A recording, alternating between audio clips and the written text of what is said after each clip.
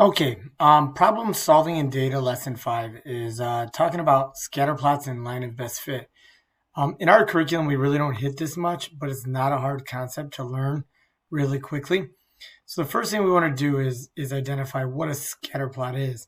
And basically it's a bunch of points that show some relationship, right, between two sets of data.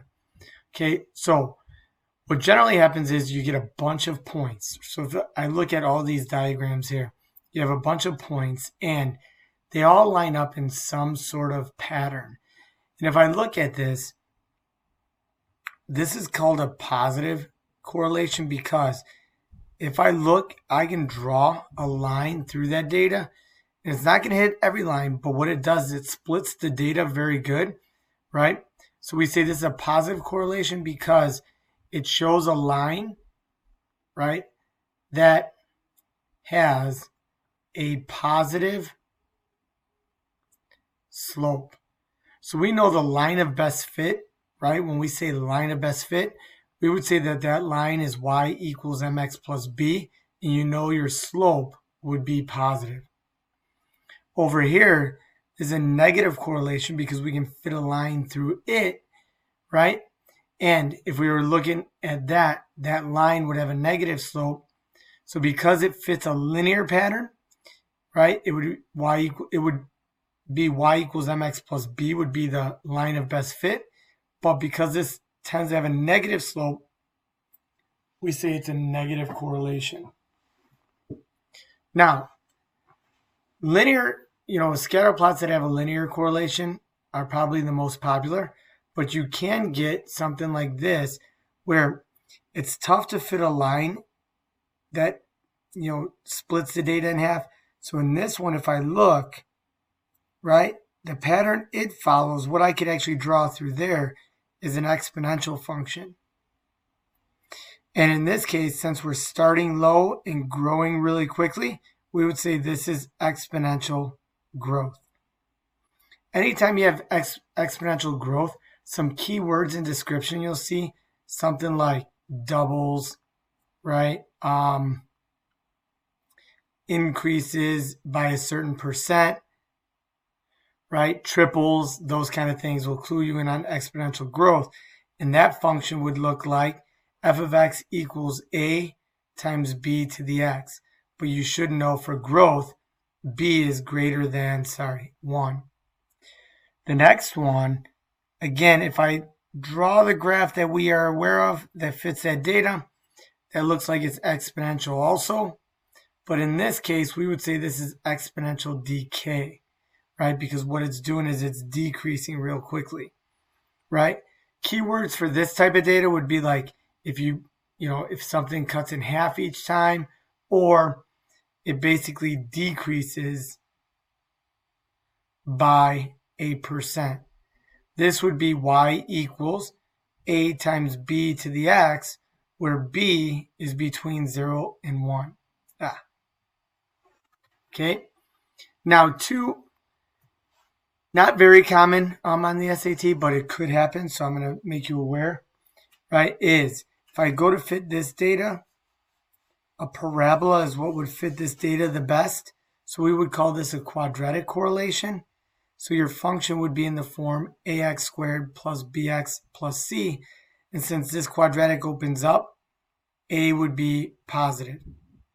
When I look at the next set of data, if I look at the quadratic or parabola that starts to fit this, right, that would be ax squared plus bx plus c also.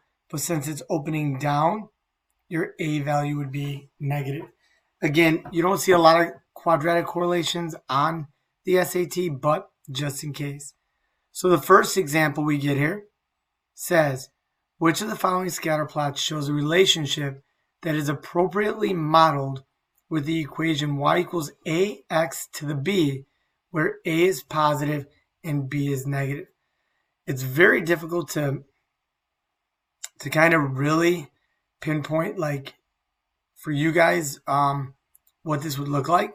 So what I would say is do yourself a favor. Go to your graphing calculator and plug a positive value in for a. So I'm going to say, I'll just put like 5 in. open parentheses, I'm going to go X, close parentheses, and I'm going to raise that, and it says B is negative. And I'm just going to put, say, -2 in. So basically, I replace A with a positive value, B with a negative. And what I'm going to look at is from 0 on, if I look at this graph, isn't it starting high on the left and then decreasing as I go to the right? So as X increases, my Y value is decreasing. Well, it doesn't look like a graph like that would fit A. B doesn't look bad. C doesn't look like it would fit because I'm going from 0 and increasing X. And then D really has no correlation. So the best one to fit this would be letter B. Okay. Next one. The population of mosquitoes in a swamp is estimated over the course of 20 weeks. All right, as shown in this table. Which of the following best describes the relationship between the time and the estimated population of mosquitoes during the 20 weeks? If you look at my intervals of inputs, my input intervals are all the same. 0 to 5, 5 to 10, 10 to 15, 15 to 20. Now, what's happening to my Y values here? Here, I'm multiplying by 10, multiplying by 10, multiplying by 10. And whenever we multiply by the same thing, we used to call this a common ratio. And since we're increasing and we have a common ratio, that clued us in on exponential growth. So this would represent letter C. Okay. Next one. The first Eleanor organized fundraising event, she invited 30 people. For each of the next 5 years, she invited double the number of people she had the previous year. If F of N is the number of people invited to the fundraiser N years after Eleanor began organizing the event, which of the following statement best describes the function? That key word, you started with 30 people and it's doubling each year. That means your growth factor is 2 to the n power, telling you that it's an increasing exponential function. Okay? You should know it's not decreasing, so it's between a linear function and exponential function. Next one. The relative housing cost for a U.S. city is defined to be the ratio of the average housing cost for the city divided by national average housing cost, expressed in a percent. The scatter plot above shows the relative housing cost and the population density for several large U.S. cities in 2005. The line of best fit is also shown and has this equation. Which of the following best explains how the number 61 relates to the scatter plot? 61 is basically the y-intercept, where you basically have an x value of 0, right, which tells you the population density. That is 0, and your y value, which represents the relative housing cost, right, is 61. So if I read my answer choices, in 2005, it says the lowest housing cost in the United States was $61 per month, right? That says in 2005, in 2005, the lowest housing cost in the United States was about 61% of the highest housing cost.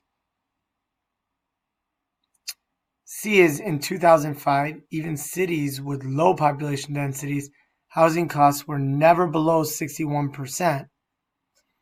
And in 2005, even in cities with low population densities, housing costs were likely at least 61% of the national average.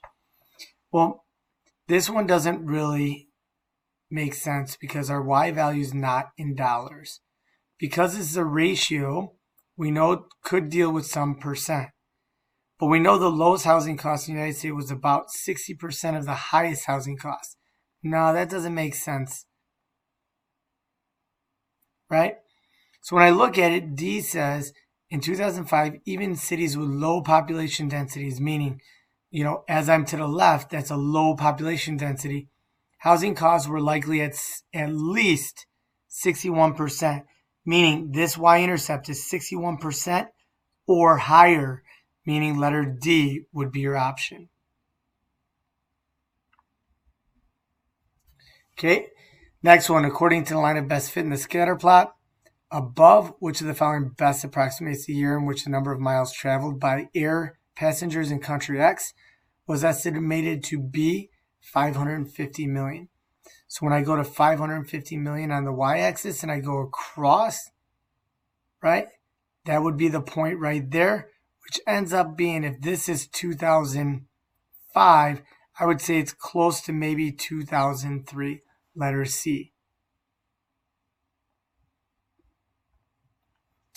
The scatter plot above shows the number of registered voters X and number of people who voted in the last election Y for several districts in a town.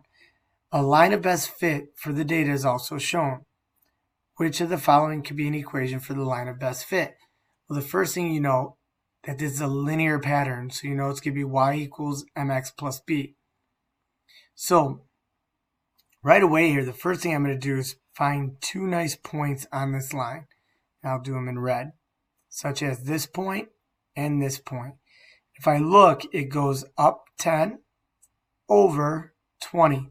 So the slope of this line is rise over run, so 10 over 20, which is 1/2.